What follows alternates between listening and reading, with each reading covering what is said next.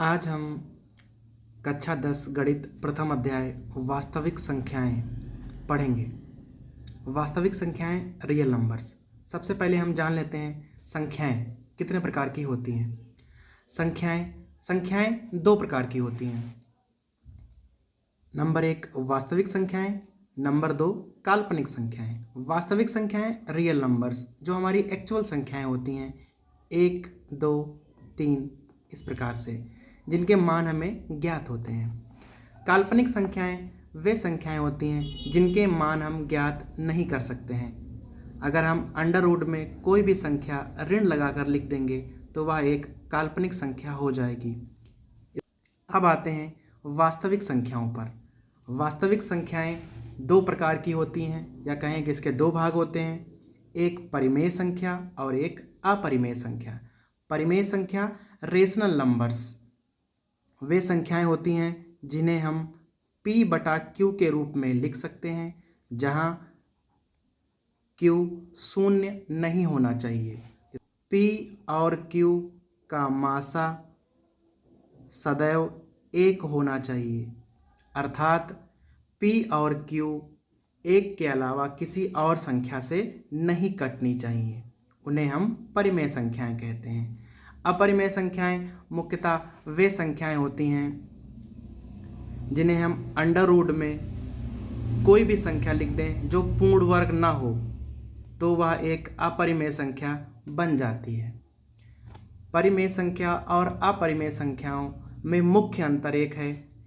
अपरिमेय संख्याओं में दशमलव में भाग देने पर या तो भाग पूरा जाएगा, जिस प्रकार से अगर हम 1/2 लिखें और भाग करने पर 0.5 आएगा, या तो मान रिपीट होते रहते हैं, जैसे कि 4/3 को अगर हम दशमलव में बदलेंगे तो 1.333333, इसको हम 1.3 बार भी लिख सकते हैं।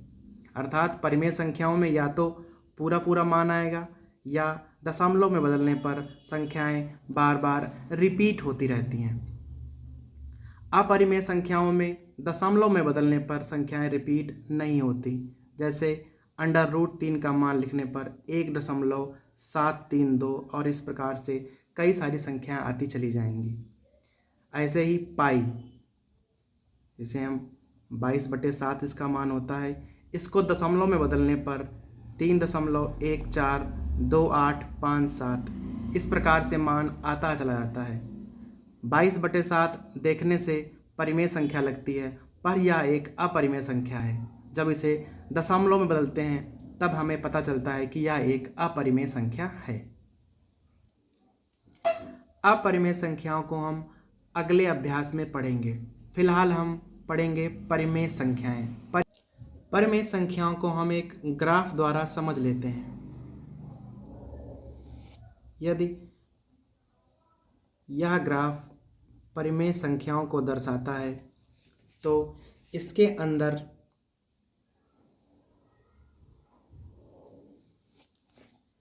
पूर्णांक आते हैं।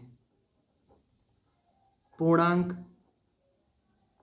इंटीगर्स, पूर्णांक पूर्ण संख्याएं होती हैं, जैसे 1, 2, 3, 4, 5 पर यह धनात्मक, शून्य और ऋणात्मक सब मिलाकर बनी होती हैं, जैसे -3, -2, -1, 0, 1, 2, 3। इन्हें हम पूर्णांक कहते हैं। अब पूर्णांक के अंदर एक प्रकार की संख्याएं आती हैं जिन्हें हम पूर्ण संख्याएं कहते हैं। पूर्ण संख्याएं, होल नंबर्स।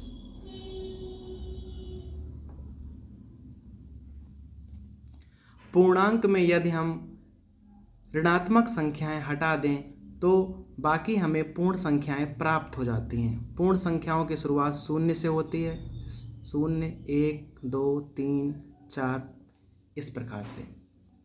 पूर्ण संख्याओं के अंतर्गत एक प्रकार की और संख्याएं आती हैं जिन्हें हम प्राकृतिक संख्याएं कहते हैं।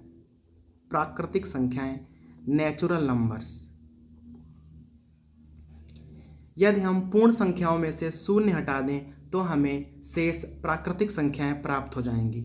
अर्थात प्राकृतिक संख्याएं 1, 2, 3, 4 इस प्रकार से शुरू होती हैं। यह पूरा परिमेय संख्याओं का एक ग्राफ है। अब हम देखेंगे यूक्लिड विभाजन प्रमेयिका। यूक्लिड विभाजन प्रमेयिका का प्रयोग किन्हीं दो संख्याओं का HCF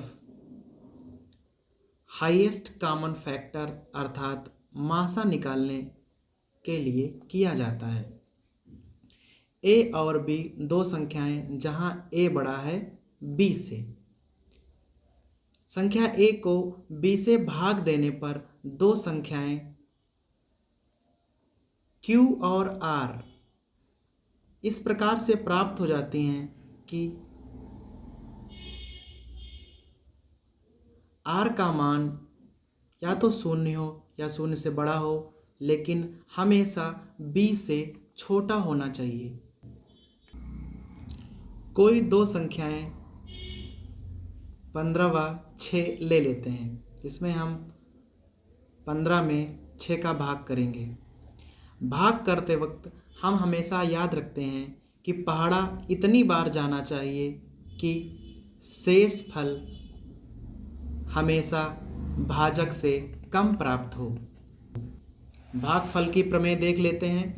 भाजक, भाज्य, भागफल और शेषफल। सूत्र होता है भाज्य बराबर भाजक गुणे भागफल धन शेषफल। बस यही यूक्लिड की विभाजन प्रमेयिका है, जहाँ भाज्य A है, भाजक B है, भागफल Q है और शेषफल R है। शेषफल का मान शून्य या शून्य से बड़ा, लेकिन हमेशा B से छोटा ही होना चाहिए। अब हम यूक्लिड विभाजन प्रमेयिका का प्रयोग करके कुछ सवालों को हल करेंगे। यहाँ पर हमें 3 सवाल दिए गए हैं। पहला है 135 व 225। हमारे पास दो संख्याएं हैं 135 व 225। 135 और 225 में 225 संख्या बड़ी है, अर्थात यह A होगी और यह B, जहाँ A बड़ा है B। अब हम इसमें यूक्लिड विभाजन प्रमेयिका का प्रयोग करेंगे। A बराबर BQ प्लस R। हम 225 में 135 से भाग देंगे। भाग एक बार जाएगा 135 और शेषफल बचेगा 90, जिसे हम इस प्रकार से लिख सकते हैं 225 बराबर B का मान है 135, 135 गुणे 1 धन 90। हमें R का मान हमेशा B से छोटा होना चाहिए तथा शून्य की तरफ टेंडेंसी उसकी होनी चाहिए। जब तक R का मान शून्य नहीं आता है हम भाग करते रहेंगे। अब अगली बार भाग करने के लिए A और B के मान बदल जाएंगे।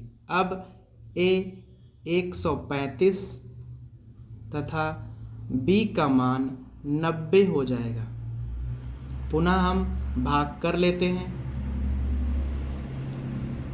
90 भाग 135, एक बार पहाड़ा जाएगा 90 और घटाने के बाद शेषफल आएगा 45, जिसे हम यूक्लिड विभाजन प्रमेयिका के रूप में लिख लेते हैं। 135 बराबर 90 गुणे 1 धन 45। अब हम यहाँ देखते हैं R का मान 45 है, लेकिन यह शून्य की तरफ होना चाहिए, इसलिए हम पुनः यूक्लिड विभाजन प्रमेयिका का प्रयोग करेंगे। अब A का मान 90 और B का मान 45 हो जाएगा। पुनः हम भाग देंगे। 45 भाग 90, पहाड़ा दो बार जाएगा, 45 दूना 90 और शेषफल शून्य बचेगा। अब इसे हम यूक्लिड विभाजन प्रमेयिका के रूप में लिख लेंगे। 90 बराबर 45 गुणे 2 धन 0। जब R का मान 0 हो जाएगा तो यह संख्या अर्थात B आपका मासा अर्थात HCF हो जाएगा। अतः 135 व 225 का HCF 45 होगा।